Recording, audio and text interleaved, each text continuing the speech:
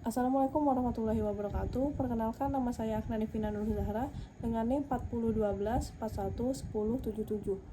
Baiklah, di sini saya akan memenuhi tugas hukum laut internasional. Pada kali ini saya akan membahas tentang garis pangkal.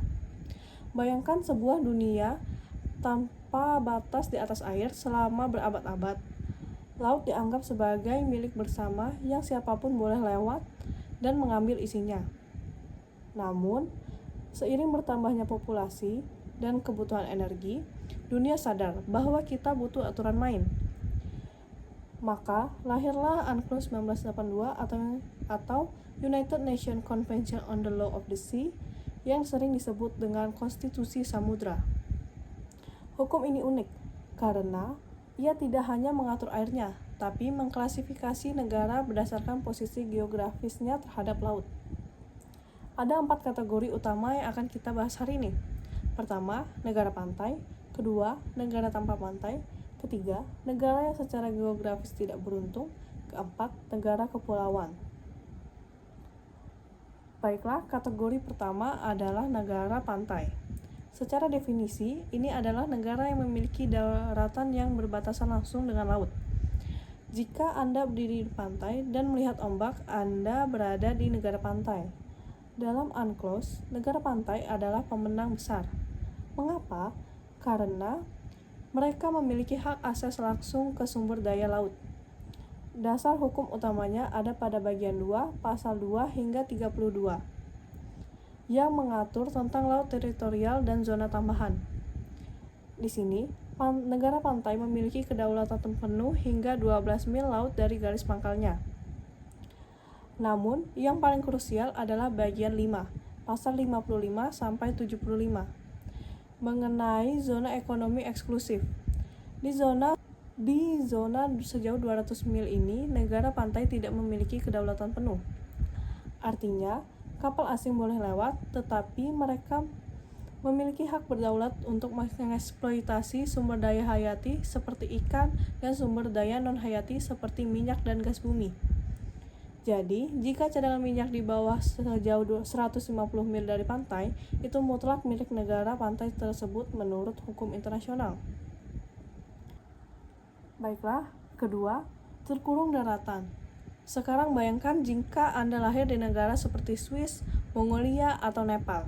Tidak ada pantai, tidak ada pelabuhan, hanya daratan sejauh mata memandang. Inilah yang disebut dengan negara tidak memiliki pantai atau landlocked state.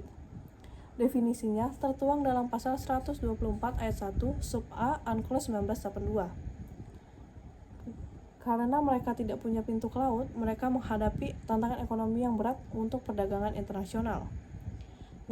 Namun, UNCLOS 1982 tidak meninggalkan mereka. Melalui pasal 125, negara ini diberikan hak akses ke laut serta kebebasan transit. Artinya, negara tetangga yang punya pantai atau negara transit wajib memberikan akses jalan, kereta api, atau jalur pipa bagi negara tanpa pantai ini, agar mereka bisa mencapai laut. Tanpa hak ini, ekonomi negara terkunci daratan akan mati. Menariknya lagi, menurut pasal 69, mereka juga punya hak untuk ikut serta mengeksploitasi surplus atau kelebihan hasil ikan di ZEE, negara pantai di wilayah sama. Baiklah, masuk ke kategori ketiga. Kategori ketiga adalah yang paling sering terlupakan. Negara yang secara geografis tidak beruntung atau Geographical Disadvantaged States atau yang sering disebut juga dengan GDS. Siapa mereka? Mereka yang punya pantai tapi posisinya sulit. Berdasarkan pasal 70 ayat 2, mereka adalah negara pantai yang terletak di laut tertutup atau setengah tertutup, atau negara yang secara geografis tidak bisa memiliki ZEE sendiri karena berhimpitan dengan negara tetangga, sehingga mereka tidak bisa mandiri dalam memenuhi kebutuhan protein bagi penduduknya. Contohnya seperti Singapura atau beberapa negara di kawasan Teluk. Nasib mereka hampir mirip dengan negara tanpa pantai. UNCLOS 1982 melalui pasal 70 memberikan mereka hak untuk berpartisipasi secara adil dalam mengeksploitasi. Sebagian dari surplus sumber daya hayati atau ikan di ZEE negara pantai lain di kawasan atau subkawasan yang sama.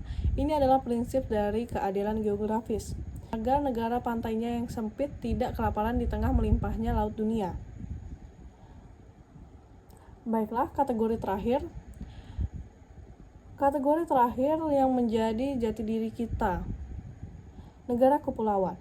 Ini adalah capaian diplomatik terbesar Indonesia sebelum UNCLOS 1982. Wilayah laut di antara pulau-pulau seperti Laut Jawa atau Laut Banda dianggap sebagai laut bebas. Kapal perang asing bisa mondar-mandir di sana tanpa izin karena dianggap bukan wilayah Indonesia. Namun, bagian 4 pasal 46 hingga 54 mengubah segalanya.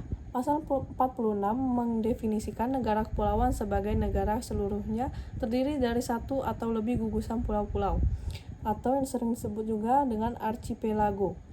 Melalui pasal 47, kita diizinkan menarik garis pangkal lurus kepulauan yang menghubungkan titik-titik terluar pulau-pulau kita. Hasilnya, semua air di dalam garis tersebut menjadi perairan kepulauan atau archipelagic water.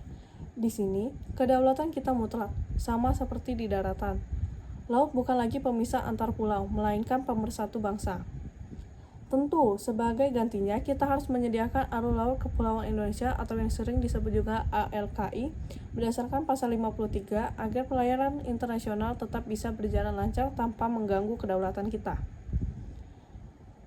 Sebagai penutup, memahami klasifikasi negara dalam UNCLOS 1982 bukan hanya soal menghafal pasal.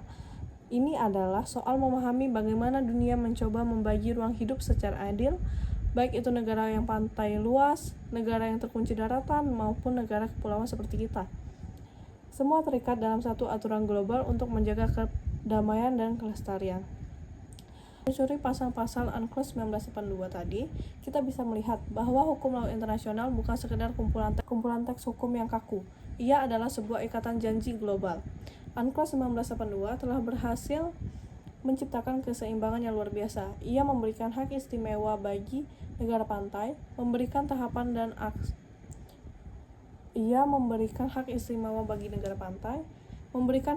dan akses bagi negara tanpa pantai, serta memberikan perlindungan bagi negara yang secara geografis tidak beruntung.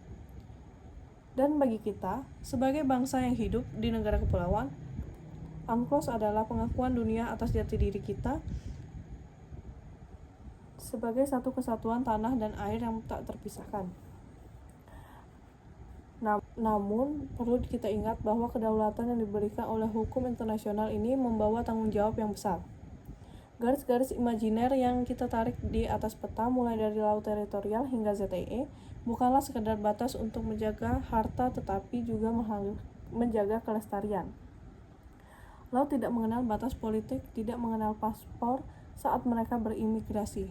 Oleh karena itu, klasifikasi negara ini seharusnya tidak membuat kita merasa terkotak-kotak, melainkan menyadarkan kita bahwa setiap negara, baik yang memiliki pantai maupun yang terkunci di tengah daratan, memiliki peran menjaga detak jantung bumi, yaitu samudera kita. Mari kita jadikan pemahaman mengenai UNCLOS sebagai fondasi kita untuk menjadi bangsa yang cerdas secara maritim, bangsa yang tidak. Baiklah, sekian dari saya. Terima kasih atas perhatian. Wassalamualaikum warahmatullahi wabarakatuh. Terima kasih.